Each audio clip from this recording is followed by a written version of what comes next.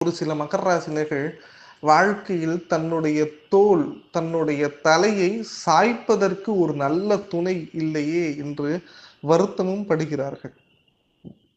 இன்னும் ரொம்ப ஃப்ராங்கா சொல்லணும்னா, மகர ராசினியர்களுக்கு அதிகமா 2ஆம் திருமணம் நடைபெற்றுக் கொண்டிருக்கிறது அப்படின்னு சொல்லலாம்.